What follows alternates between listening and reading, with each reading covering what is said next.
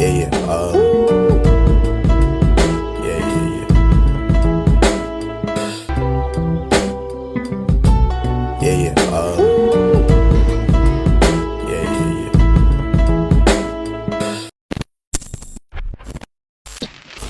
Fenomena bullying di lingkungan pendidikan semakin memprihatinkan dan berdampak serius pada karakter serta perkembangan psikologis siswa yang berujung bunuh diri. Sekolah yang seharusnya menjadi ruang tumbuh yang aman justru menjadi tempat di mana sebagian siswa mengalami tekanan sosial. Melihat kenyataan ini, hadir sebuah film yang berjudul 5 Pilar di Jantung Pendidikan, sebuah gagasan yang menempatkan nilai-nilai Pancasila sebagai dasar pembentukan karakter siswa. Video ini bermaksud untuk menunjukkan bagaimana penguatan karakter berbasis Pancasila dapat menjadi strategi efektif untuk mencegah tindakan perundungan di sekolah.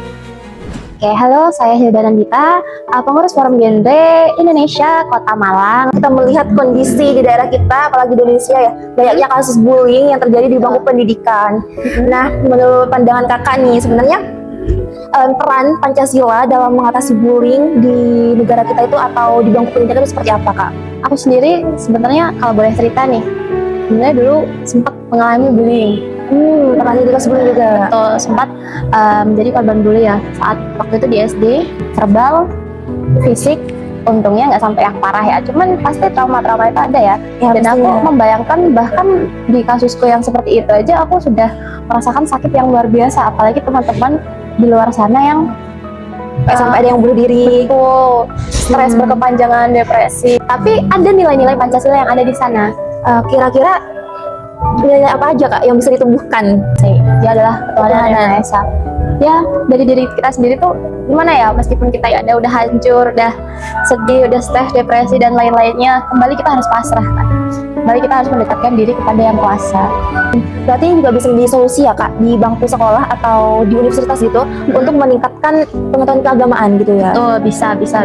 Dan yang menjadi key poinnya dari pemberantasan kasus bullying ini adalah keadilan sosial bagi seluruh masyarakat Indonesia ya, let's say. Oke, dari keadilannya ya. Dari keadilan. Terus yang aku alami di sekolah adalah karena aku berada di lingkungan yang baru, jadi aku bisa memulai semuanya dari awal. Benar-benar membuat lingkungan yang baru. Kita mulai dari lingkungan pertemanan yang sehat, kita mulai dari lingkungan sekolah yang sehat, kita mulai dari pertumbuhan yang sehat. Mungkin bisa di organisasi gitu.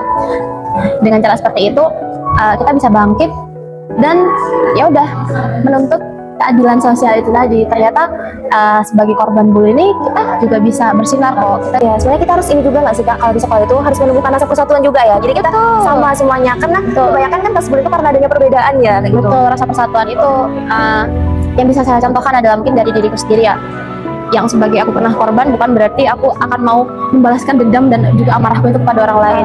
Tapi bagaimana kita bisa menyatukan teman-teman lain yang mungkin senasib dengan kita dan itu kita himpun dalam lingkup dan juga pelukan kita gitu. Seharusnya ada nggak sih program-program yang di sekolah itu? Program apa yang mungkin teman-teman secara awam tahu ya? Kita punya BK kan, pasti setiap sekolah punya BK kan. Dimana di situ di tempat yang memeluk, let's say, memeluk teman-teman yang merasa sedih itu tadi, bukan cuma sekedar sebagai tempat anak-anak bermasalah ya. Tapi menjadi tempat aduannya siswa atau mahasiswa sendiri. Jadi ya contoh paling konkretnya adanya perlindungan akan bullying di sekolah itu dari BK aku rasa. Berarti sebenarnya banyak hal ya yang bisa dilakukan untuk mengatasi korban atau si pelaku bullying kayak gitu. Salah satunya kayak menguatkan hubungan kita kepada Tuhan, menguatkan rasa persatuan, kepedulian apalagi, dan empati juga penting ya, Kak. Soalnya kalau kita nggak berempati kayaknya mudah nih melakukan bullying kayak gitu. Betul sekali. Dan empati itu penting untuk gimana caranya kita menolong gitu loh. Karena kadang ya kita udah melihat ada korban di depan mata kita, tapi orang-orang yang nggak punya empati itu ya mereka dibiarkan aja gitu.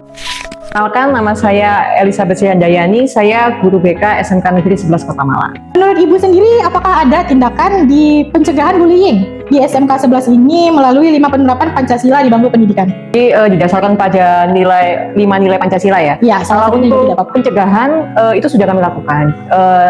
Di antaranya adalah kami punya semacam grup, jadi grup yang dimana ada guru BK-nya. Terus kemudian kami juga sempat dulu itu ada agen perubahan. Agen perubahan tuh semacam kayak agen untuk membantu mewadahi para korban-korban bullying. Begitu. Nah, menurut Ibu sendiri, kalau bullying ini kan karena kurangnya empati ya. Untuk program BK sendiri, apa yang paling efektif bagi anak-anak untuk lebih peka dan peduli terhadap temannya? Misalnya mereka benar-benar menghargai sesama begitu. Kalau dari program kami lebih ke kedisiplinan. Sementara kalau untuk rencana, itu sudah kami canangkan terkait kasus bullying, itu diantaranya adalah parenting days. Jadi, kalau di BK itu ada yang namanya kita konseling individu. Seperti itu. Nah, konseling individu, dari konseling individu ini, kami rata-rata menemukan banyak kasus ya. Di antaranya adalah kenapa kok anak tugasnya terhambat, ternyata dia tidak nyaman di sekolah gitu. Contoh anak bermasalah, bolos atau pelanggaran lainnya, ternyata kan ditemukan bahwa dia juga salah satu pelaku bullying. Nah, setelah kita konseling, dari hasil rekaman konseling yang secara tercatat, ternyata hasilnya adalah rata-rata itu karena dari pola asuh. Banyak dari mereka itu rata-rata keluarga broken atau yang keluarganya tidak utuh ya, sehingga membuat anak-anak ini tumbuh dengan kurang merasakan kasih sayang. Karena kurang rasa kasih itu, dia susah untuk tahu jenis empati itu apa, karena itu belum pernah dia rasakan. Gimana cara BK mencairkan suasana biar di sekolah itu kelompok-kelompok ini nggak jadi pelaku atau punya indikasi akan menyerang? Untuk mencegah ya, supaya anak-anak ini tidak menyalahgunakan kepopulerannya itu jadi semena-mena gitu ya. Oke. Sebenarnya kalau caranya adalah dengan membuat banyak aktivitas ya. Dan kemudian yang pasti adalah ketika di kelas kalau ada kegiatan kelompok, kita harus selalu campur.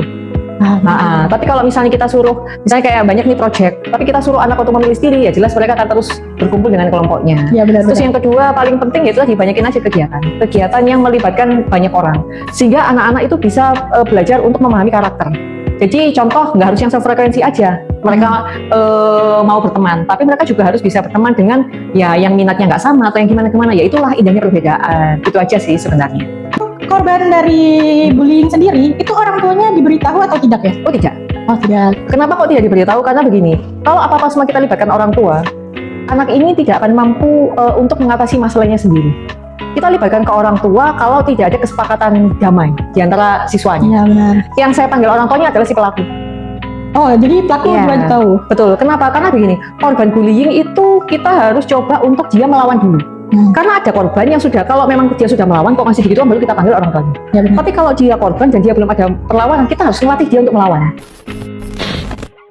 Pancasila di bangku pendidikan bukanlah sekedar mata pelajaran teoritis, melainkan 5 pilar utama yang berfungsi sebagai kerangka moral, etika, dan sosial untuk membentuk karakter siswa menjadi warga negara yang berintegritas. Pilar nomor setong, nakebay fondasi spiritual siswa, nekenaki pentingnya keimanan, ketakwaan, serta epon ngaceraki toleransi dan kerukunan antar umat beragama. Pilar ingkang kaping kalih, sekolahan paring puulang dumateng para siswa supados saget ngeluhuraken tuwuhipun moralitas, etika, saharaos empati para siswa. Salah satunya dengan adanya parenting untuk menumbuhkan rasa empati setiap individu. Pilar nomor telo, anampuhi raos nasionalisme dan solidaritas dalam lingkungan pendidikan. Nilai paneka eujutaki dalam persatuan tanpa memandang perbedaan ras, bahasa, fisik, dan epon ancui beda nasilker bengko pendidikan. Sila keempat, memberi beka praktik demokrasi. Murid-murid dilatih untuk mengambil keputusan melalui musyawarah mufakat. Salah satunya baacara menyelesaikan masalah coba musyawarah. Pilar kelima, keadilan sosial bagi seluruh rakyat Indonesia. Keadilan ini bisa diwujudkan dengan implementasi kebijakan sekolah yang mengurus secara tuntas pelaku dan korban bullying tanpa memandang status sosial. Dengan 5 pilar Pancasila, mari wujudkan lingkungan pendidikan tanpa bullying. Karena kelas bukan hanya tempat belajar, kelas adalah tempat ideologi dilahirkan.